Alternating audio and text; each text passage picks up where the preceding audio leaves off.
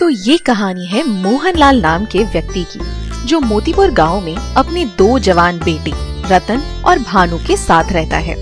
मोहनलाल की इस गांव में एक समोसे की दुकान थी, जिसे वो पिछले 20 सालों से चला रहा था। उसके समोसे इतने मशहूर थे कि आसपास के गांव के लोग भी उसे खाने के लिए आया करते थे। जो एक बार मोहनलाल के समोसे खाता, वो दोबारा उसे खाए बिना रह नहीं सकता था।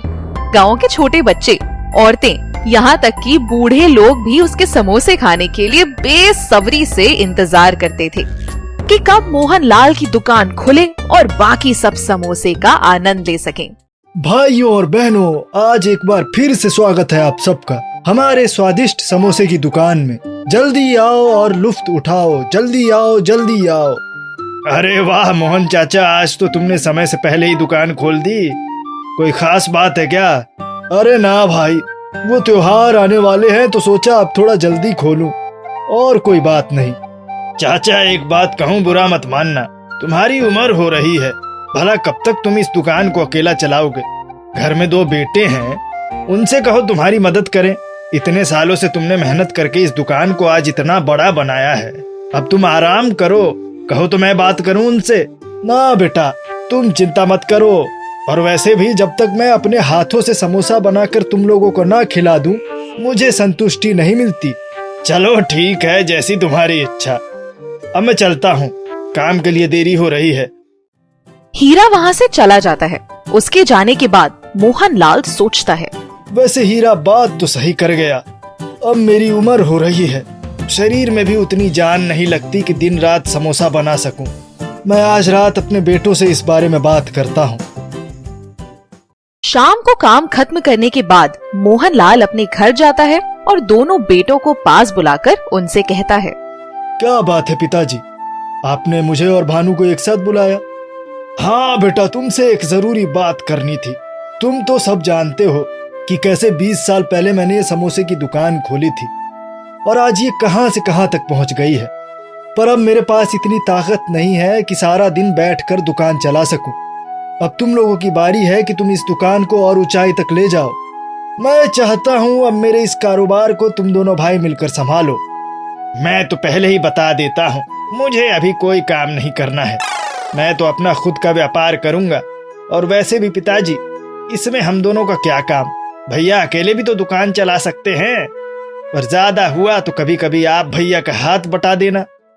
चुप कर भानु, वैसे ही तुझे हमने बहुत छूट दी है, और पिताजी बिल्कुल सही कह रहे हैं। हम उनके बेटे हैं और हमारा फर्ज बनता है कि हम उनकी मदद करें। इस बार अगर तूने पिताजी की बात टाली तो मुझसे बुरा कोई नहीं होगा। अरे नहीं बेटा, अगर भानु काम नहीं करना चाहता तो कोई नहीं, मैं अकेले संभाल लूंगा। नहीं पिताजी, इस बार ये काम से पीछे नहीं हट सकता। कल से मैं दुकान पर जाऊंगा, लेकिन ये मेरे साथ वहाँ हाथ बटाएगा। रतन के इतना कहने के बाद भानु गुस्से में वहाँ से चला जाता है, पर उसके पास अपने पिता की बात सुनने और बड़े भाई की मदद करने के अलावा कोई चारा भी नहीं बचता।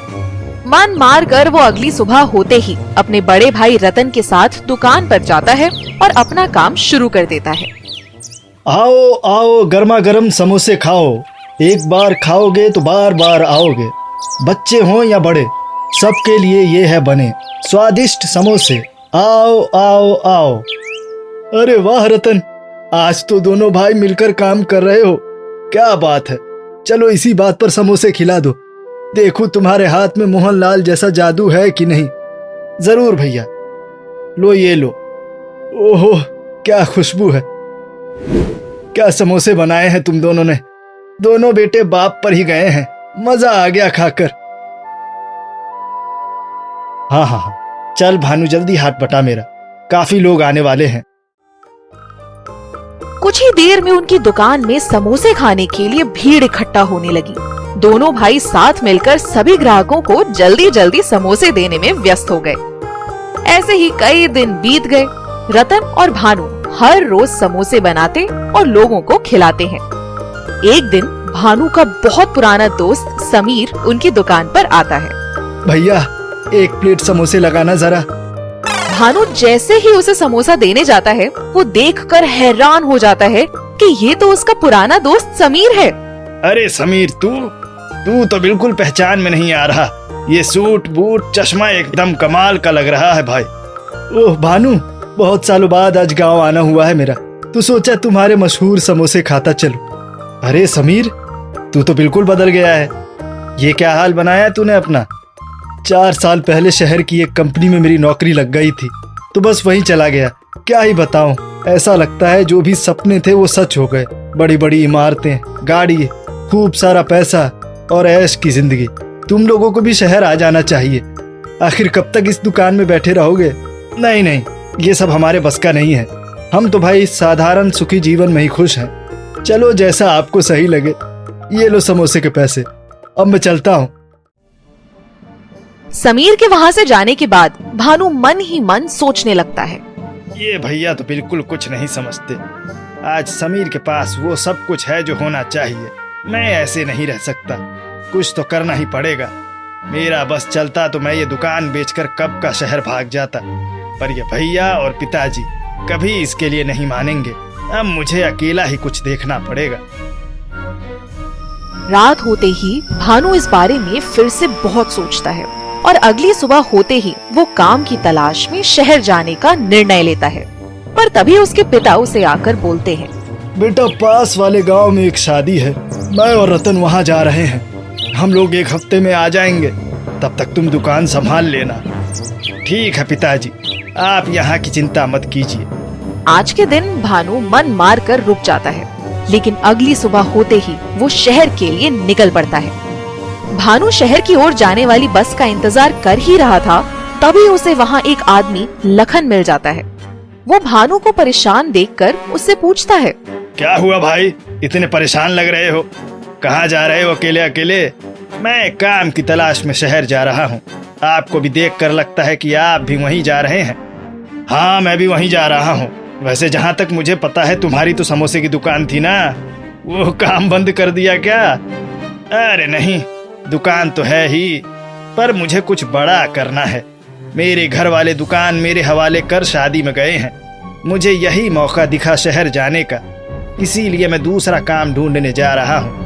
लखन एक नंबर का लालची और ठग इंसान था। वो लोगों को अपनी बातों में फंसाकर धोखा देता, पैसे हड़प लेता और उन्हें लेकर भाग जाता था, और उसे भानु की कमजोरी समझ आ चुकी थी। अच्छा, फिर तो तुम्हारे पास शहर में रहने के लिए कोई ना कोई जगह होगी ही। इतने पैसे तो होंगे ही कि कहीं भी जाकर रह सको। नहीं, यही तो दिक्कत है, तभी तो मैं इतना परेशान हूँ। तुम एक काम क्यों नहीं करते? तुम अपनी दुकान मुझे बेच दो। अभी तो सब कुछ तुम्हारे भरोसे है। दुकान के बदले जो पैसे होंगे मैं तुम्हें दे दूंगा। तब तुम शहर जाकर खुद का काम शुरू कर सकते हो, और चाहो तो मेरे साथ भी रह सकते हो। मैं एक बहुत बड़ी कंपनी का मालिक हूँ, तुम्हें अपने यहाँ शहर में काम भी दिला दूंगा। पर भैया और पिताजी मुझे दुकान नहीं बेचने देंगे। मैं चाहकर भी आपको नहीं दे सकता। अरे देखो, घर वालों का इतना मत सोचो। अगर तुम एक बार सफल हो गए तो वो लोग भी तुम्हारी तरक्की देखकर तुम्हें माफ कर देंगे। बात तो सही है आपकी। अच्छा, अगर मैं आपको दुकान बेच दूं तो मुझे कितनी जल्दी पैसे मिल जाएंगे? अरे पैसे का क्या है, एक हाथ से दुकान दो और दूसरे हाथ से पैसे लो। भाई, काम में कोई बेईमानी नहीं होनी चाहिए। हाँ ठीक है, पर इस बात की भनक गांव में किसी को नहीं होनी चाहिए। अपने घर वापस आकर भानु एक बार फिर सोचता है कि कहीं दुकान बेचकर वो कुछ गलत तो नहीं कर रहा, पर फिर उसे लगता है कि उसकी तरक्की से अगर घर वाले खुश होंगे तो उसमें कुछ बुरा नहीं है।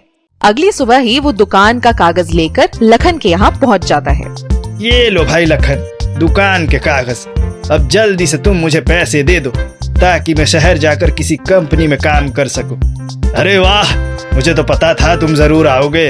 ठीक है, तुम कागज रख दो और कल आकर पैसे ले जाना। पर तुमने तो कहा था कि पैसे हाथों हाथ मिल जाएंगे। हाँ, मैं तो अभी दे देता, पर जो पैसे मैंने तुम्हें देने के लिए रखे थे वो जरूरी काम से किसी और को देने पड़ गए। आज रात तक मुझे मिल जाएंगे तो तुम कल सुबह ले जाना। भरोसा रखो, मैं वैसे भी कहाँ जाऊंगा। अच्छा ठीक है, मैं कल आता हूँ। अगले दिन भानु पैसे लेने फिर से लखन के घर जाता है। अरे भानु, तुम आज भी आ गए? पैसे तो आए नहीं, कल आ जाना। जिसके पास मेरे पैसे थे वो अभी तक नहीं आया। भैया, आज दूसरा दिन है, मुझे मेरे पैसे जल्दी चाहिए। अरे वो व्यापार ही क्या जिसमें रिस्क ना हो, और मैं कौन सा कहीं भाग रहा हूँ, कल आ जाना। ऐसे करते करते हफ्ते बीत गए, पर अभी तक लखन ने भानु को उसके पैसे नहीं दिए थे। अब भानु समझ चुका था कि लखन उसके पैसे इतनी आसानी से तो नहीं देने वाला था। वो उसके धोखे का शिकार हो चला है। अब कुछ दिन और बीतते हैं। एक दिन भानु कोने में बैठा हुआ रोने लगता है। भानु, क्या हुआ भाई? सब ठीक तो है ना? तू ऐसे रो क्यों रहा है? भैया मुझे माफ कर दो, मैं आपके और पिताजी के खिलाफ गया। मुझे लगा मैं शहर जाकर कुछ बड़ा करूंगा और खूब पैसा कमाऊंगा, और इस लालच में आकर मैंने हमारी समोसे की दुकान बेच दी। क्या? दुकान बेच दी? तूने इतना बड़ा काम करने से पहले एक बार भी हमसे पूछना सही नहीं समझा? शहरी दुनिया के मोह ने मुझे अंधा कर दिया था भैया, मुझे माफ कर दो।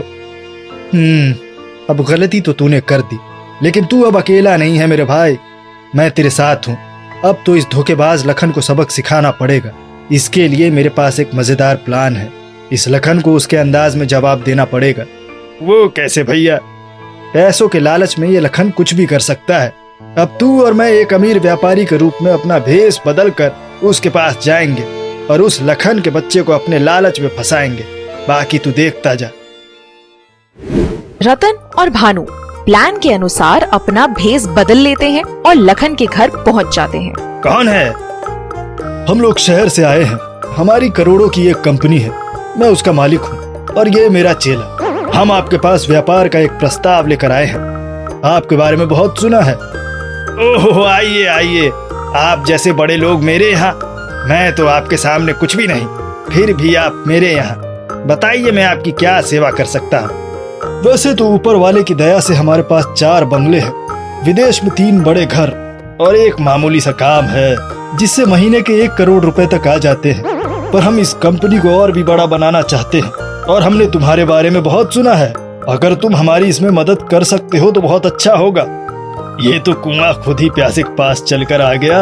बहुत बड़ी पार्टी हाथ लगी है, ऐसे तो नहीं जाने दूंगा। जी मालिक, आप ही बताएं क्या करना है, मैं हाजिर हूँ। बहुत खूब। देखो, हम चाहते हैं कि तुम हमारी कंपनी का हिस्सा बनो और हमारा कारोबार संभालो भाई। पर इसके लिए तुम्हें पहले 5 लाख रुपए जमा करने होंगे। 5 लाख? इतने पैसे? देखो, अगर तुम्हें नहीं करना तो तुम मना भी कर सकते हो, कोई जबरदस्ती नहीं है। और रही बात 5 लाख की, तो ये हमारी कंपनी का नियम है। तुम दे नहीं सकते तो कोई बात नहीं फिर। और वो व्यापार ही क्या जिसमें भला रिस्क न हो, क्यों मेरे चेले? हाँ बिल्कुल। वैसे लखन, अगर तुम पैसे नहीं दे सकते तो हम चलते हैं। अरे रुकिए, ये लोग तो पूरे सूट बूट वाले हैं, बातें भी अमीरों जैसी ही करते हैं। कोई बड़ी कंपनी से तो जरूर होंगे। आप तो बुरा मान गए, मैं पैसे देने के लिए तैयार हूँ मालिक, लेकिन इतना बड़ा मौका मुझसे मत जाने दीजिए। ये हुई ना बात। चलो फिर देर किस बात की, अभी सौदा पक्का करते हैं। हमारे पास समय बहुत कम है। तुम पैसे दे दो और कल हमसे कंपनी में आकर कागज और बाकी चीजें ले जाना। ये लो हमारा पता। ठीक है, मैं अभी लाता हूँ पैसे। लखन उसी वक्त 5 लाख रुपए लेकर उन्हें दे देता है। भानु और रतन अपनी दुकान का पैसा लेने में कामयाब हो जाते हैं। लेकिन लखन, जिसको इस बार अपनी ठगी का कोई अंदाजा नहीं था, वो अगले दिन रतन के बताए पते पर जाकर कंपनी के कागजात मांगने लगता है। इस बार भी वहाँ रतन और भानु फिर से भेष बदल कर बैठे होते हैं। मालिक, आपने कहा था कि आज कंपनी के कागज ले जाऊं, तो मैं बस वही लेने आया हूँ। अच्छा हाँ, माफ करना लखन भाई, आज तो हमें जरूरी काम से बाहर जाना है। मैं तुम्हें अभी समय नहीं दे पाऊंगा। एक काम करो, कल आना। कोई बात नहीं, मैं कल आता हूँ। अगले दिन लखन फिर से वहाँ पहुँच जाता है। अरे लखन, आज नहीं भाई, तुम कल आना। कल तुम्हें पक्का कागज मिल जाएगा। मालिक, आप कल कागज दे देंगे ना? अरे भरोसा रखो, हम कहीं भाग थोड़ी रहे हैं। क्या बात करते हो भाई? लखन को उसी के तरीके से उसका जवाब मिल रहा था जिस तरह से उसने भानु को धोखा दिया था। आज फिर से लखन उन दोनों से कागज मांगने आया था। इतने दिन हो गए मालिक, अब तो मेरे कागज दे दो। रतन और भानु कुछ देर के लिए पीछे जाते हैं और फिर अपने असली भेष में आते हुए लखन से कहते हैं, क्यों रे चिले, बेचारे को कागज दे दे क्या? अरे तुम भानु, तुम दोनों भाई मिलकर मुझे इतने दिनों से बेवकूफ बना रहे थे। और इतने दिनों से जो तुमने मेरे साथ किया उसका क्या? इतनी मेहनत से हमारे पिताजी ने दुकान खड़ी की थी। एक एक दिन मेहनत करके पसीना बहाकर आज ये दुकान इतनी मशहूर हुई है, और तुमने एक ही दिन में धोखे से हमसे ये छीन ली। एक बार भी शर्म नहीं आई तुम्हें? लखन समझ चुका था कि वो कितना गलत कर रहा है। अब उसे अपनी गलती का एहसास होने लगा था। मैंने तुम्हारे साथ ठीक नहीं किया। आज जब खुद पे बीती तो समझ आया कि कैसा होता है। आज के बाद से मैं किसी के साथ ऐसी हरकत नहीं करूंगा। बिल्कुल, वरना जैसा करोगे वैसा ही पाओगे। वो सब तो ठीक है, पर लखन, मुझे मेरी दुकान अब वापस चाहिए। ये लो तुम अपने 5 लाख, और मुझे दुकान वापस दे दो। मैं इसे नहीं बेचना चाहता। हाँ हाँ भाई, तुम अपनी दुकान ले लो, और अब मैं भी बस ईमानदारी का काम करूंगा। मुझे माफ करो मुझे। लखन को तो उसकी शिक्षा उसी के तरीके से मिल गई। अब रतन और भानु भी खुशी खुशी अपने समोसे की दुकान पर फिर से काम शुरू कर देते हैं, और गांव के सभी लोग फिर से उनके समोसों का आनंद उठाने लगते हैं।